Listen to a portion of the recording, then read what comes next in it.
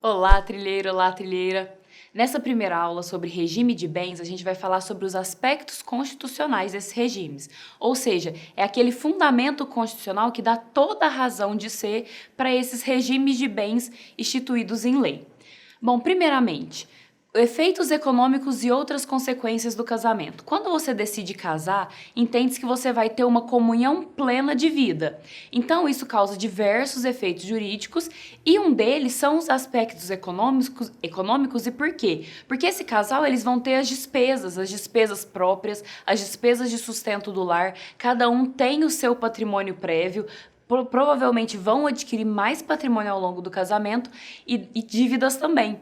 E daí a importância da gente disciplinar isso em lei para que, eventualmente, numa dissolução, dessa sociedade conjugal, a gente já tenha as regras do que fica para cada um e qual a responsabilidade de cada cônjuge.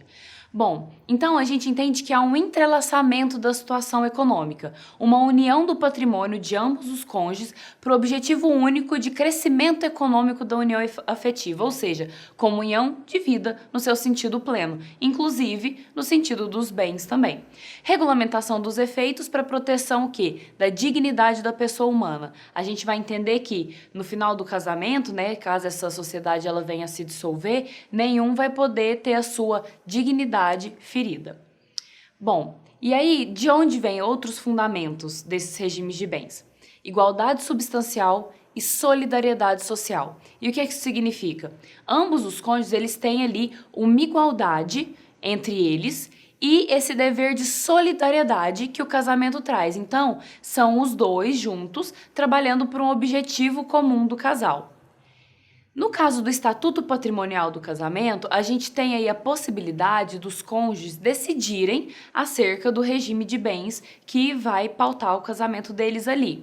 E aí, nesse estatuto, vai envolver os interesses dos cônjuges, de como fica a situação patrimonial de cada um, e também interesses de terceiros que, por exemplo, venham a fazer negócios com um ou ambos cônjuges.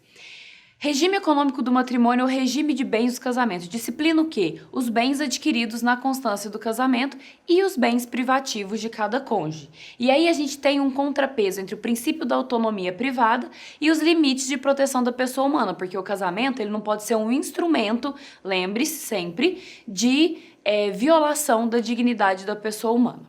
Pela súmula 337 do STF, no regime de separação legal, que a gente vai ver que em alguns casos é necessário que haja a separação de bens, mesmo assim comunicam-se os adquiridos na constância do casamento. Por quê? A gente vai ver que o regime de separação legal, ele obriga essa separação para proteger um dos cônjuges ou eventual interesse de terceiros. Agora, se os bens eles foram adquiridos na constância do casamento, esse cônjuge, mesmo a partir desse regime de separação legal, ele tem que ter o seu direito protegido de que ele contribuiu ali para a aquisição daquele determinado patrimônio. Importante também lembrar isonomia constitucional entre homem e mulher. Hoje, o direito civil ele não faz mais distinção. Então, não tem isso de que o homem governa a casa.